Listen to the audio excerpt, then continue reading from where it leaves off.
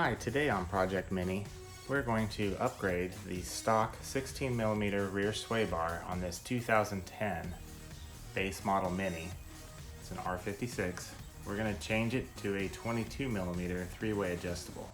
Should completely change the characteristics and handling of this car, and by far it's the best bang for your buck when it comes to upgraded performance.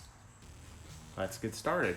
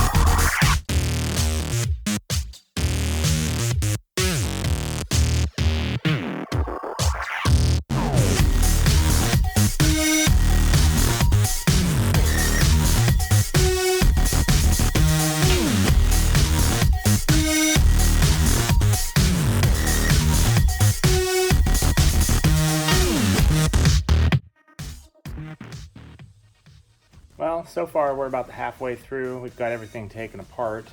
Now basically everything just goes back together, opposite of how you took it all apart. So you put the sway bar on, bolt the subframe back on, put the shocks, struts back in, and tighten it all down.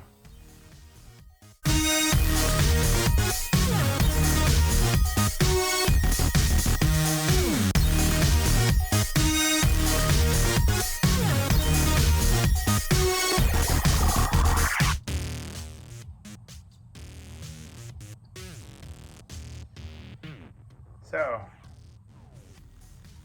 subframe is back in, shocks are back in, brake lines are reattached, and sway bar is attached. As you can see, I have it on the closest notch to the front of the car.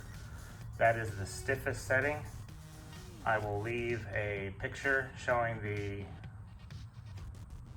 different percentages as far as softer and stiffer on the settings compared to the stock sway bar.